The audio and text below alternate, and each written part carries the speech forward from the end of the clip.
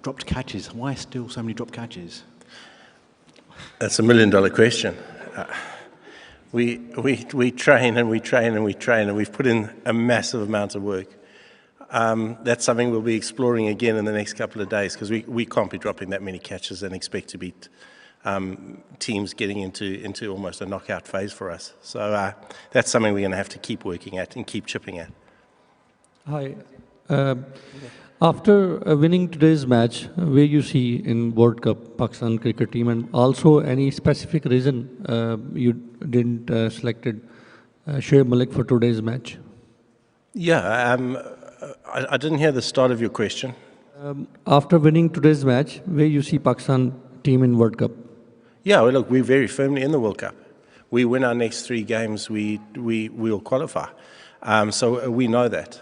Today I thought we got our bowling and batting spot on.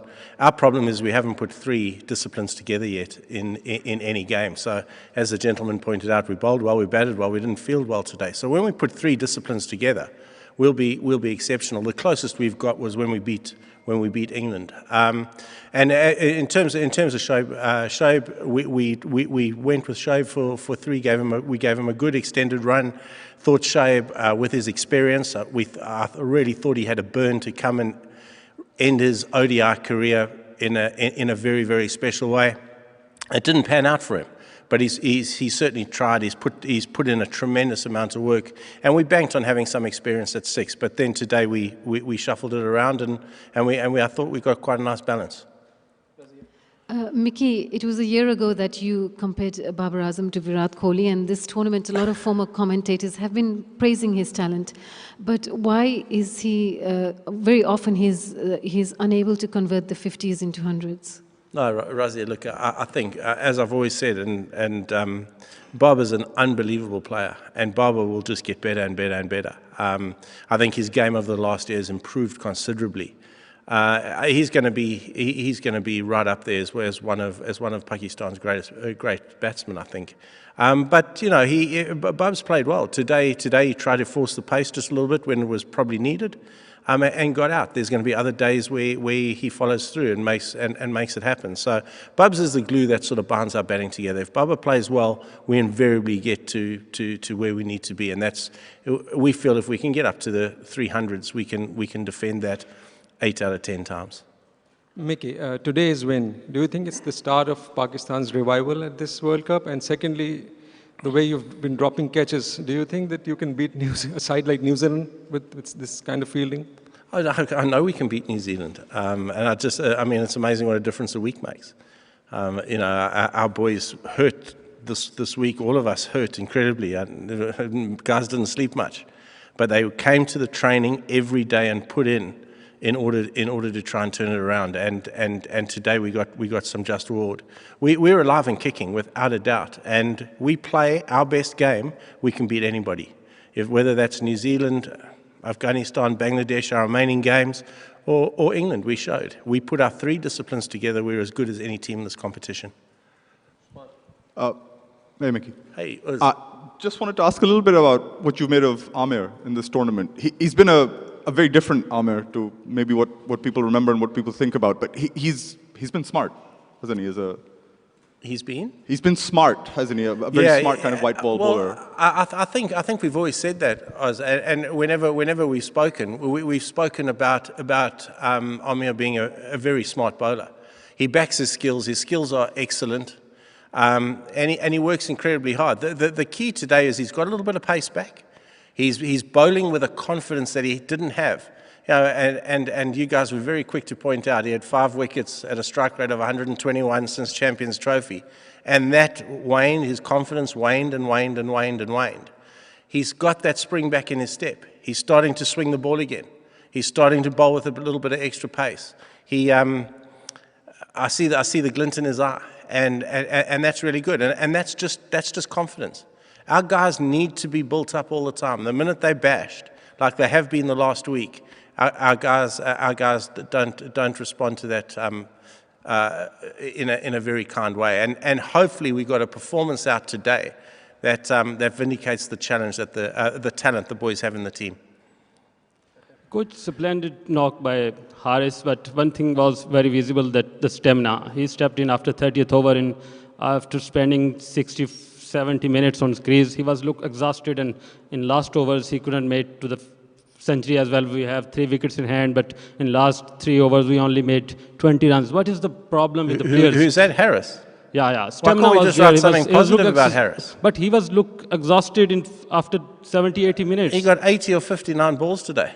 But he couldn't make it. Is that right, or did I miss something? I think why are you always talking negatively about our players? That today was one of the all-time brilliant innings that I've seen. Let's just write something positive for a change, please. Team made you smile today. It's a big movement today.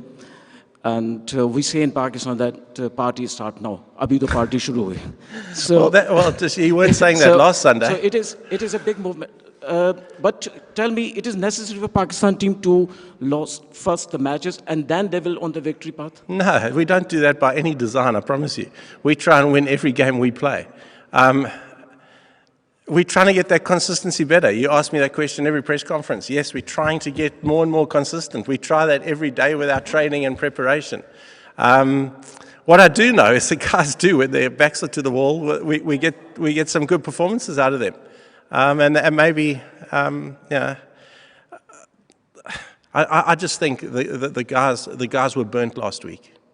The guys were incredibly hurt by media, by public, by social media, and hopefully we got a proper reaction from them today that can just shut some people up for a little while. Mickey, as a South African former Proteas coach, are you disappointed to see the state that the South African team is at the World Cup? Well, let me say, I watched South Africa with a real fondness. South Africa are my second team, without a doubt, and it is sad for me. It's sad, and I don't think it's a team that's just. I listened to Faf's press conference, and it's a team that's just a little bit short of confidence. Every team goes through that. You know, I think now's the time just to try and get behind those boys. I think they're trying incredibly hard. I know what they're going through. I had a quick chat to Gibbo after the game. It's tough. It's really tough when they're there. They'll be going to training every day, hurting like any other team hurts, and trying to get it right. But I watch them with a lot of interest, and I do feel deeply disappointed for them at the moment. So Mickey, as Faf said, you know, this doesn't happen overnight that your confidence just disappears. You know, it gets chipped away. What do you think has led to that? What are the causes of the confidence getting chipped away? It happens so quick. You lose a game, you lose another game. It's a World Cup, media scrutiny, public expectation, and then you almost go into sort of survival to get back to where you need to be. And I'm confident that they can, because there's a hell of an amount of talent in that dressing room. Mickey, you just talked about Amir's performance. What about Wahab? He was nowhere, not in the original squad. Now he's performing superbly. Yeah, I'm really happy with Wahab's performances. They're outstanding, and you know, it's been well documented. We left Wahab out for reasons that were documented. The Wahab now is not the Wahab that was 2 years ago, and sometimes you've got to be cruel to be kind. We're seeing a Wahab come back with a massive amount of determination, really fit and ready to go, and he's producing for us. I couldn't be more happier. I couldn't be more happier that he's turning in these performances. Hi, Mickey. Can you just give an insight into what Harris was going through, because he was left out of the playing 11, and because he came out seemingly with a point to prove, and batted wonderfully today. Yeah, look, I think I'd like to think he did, as I'd like to think that every player who gets left out comes back with a point to prove. We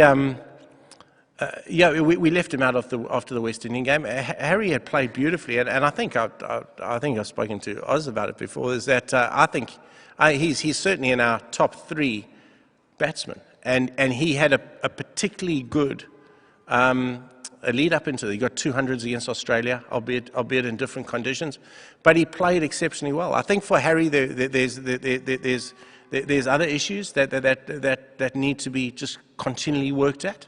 But the Harris Sahel we got today was a Harris Sahel that played incredibly well, and I couldn't be more happier. And Harris, when he got left out, has worked unbelievably hard at his game. He's worked unbelievably hard at his fielding. He's worked unbelievably hard at on his fitness. And today he got some just reward for that, albeit that he couldn't run twos there at the end. But I thought he was outstanding. And I like seeing players come back like that. You know, that is what we want to try and produce. We don't want comfort zones in any international cricket team.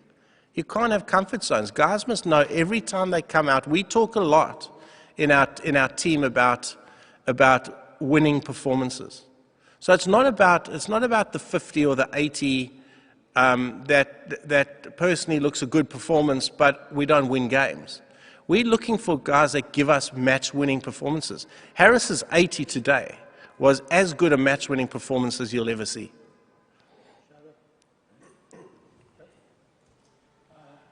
Toss was most important for today, and it will be remain important the rest of 3 games. Toss. Yeah, I think it could be if the weather stays as it's supposed to. I think you're going to see spin come more and more into the game. I think the wickets are going to be dry. I think we might see scores getting just a fraction higher. And that's the beauty about playing a World Cup in England is the conditions differ so much. So yeah, I think you're right. I think batting first is going to become an option.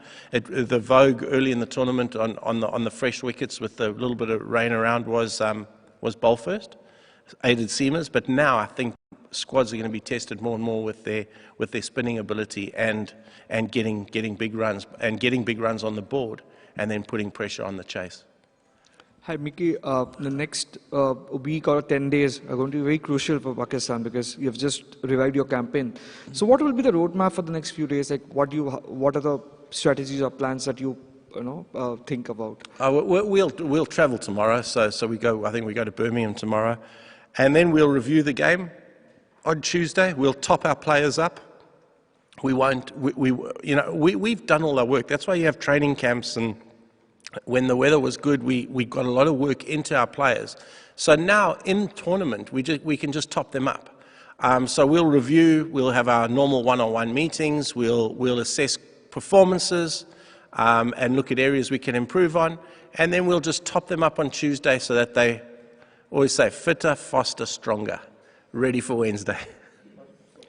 Hi Mickey, Hugh Turbeville here from the Cricketer magazine. You say that if you win the next 3 games you will qualify, but is that just optimism or am I missing something? Because if England win 2 and New Zealand 1... Yeah, well, we're banking on other teams doing us a favour as well. It probably is, but we've got to win 3 games. That means we would have won 5, and we had the one rained out game, which was disappointing for us because I felt we'd just got some momentum. And then we were rained out. After beating England, we were rained out, and then we didn't play again for 8 days, which sort of just stopped momentum just a little bit for us, and we've had to find it again. But yeah, I'm hoping. All we can do is win our next 3 and then see how it pans out.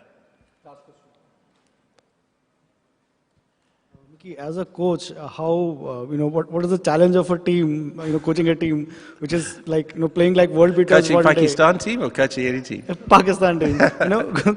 One day they're playing like world beaters, and then the second day they just fall apart. So how challenging as a coach is it to sort of maintain equilibrium in this? Yeah, I mean it's really challenging, but it's one of the as I've said numerous times, South Africa and Pakistan has been the nicest jobs I've ever had in my time, for different reasons, for different challenges.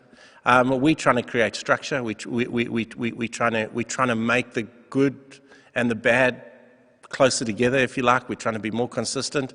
Those are challenges we live with. But what I can tell you about those boys is they are incredible human beings, first and foremost. They try 100% every time we go down to a training.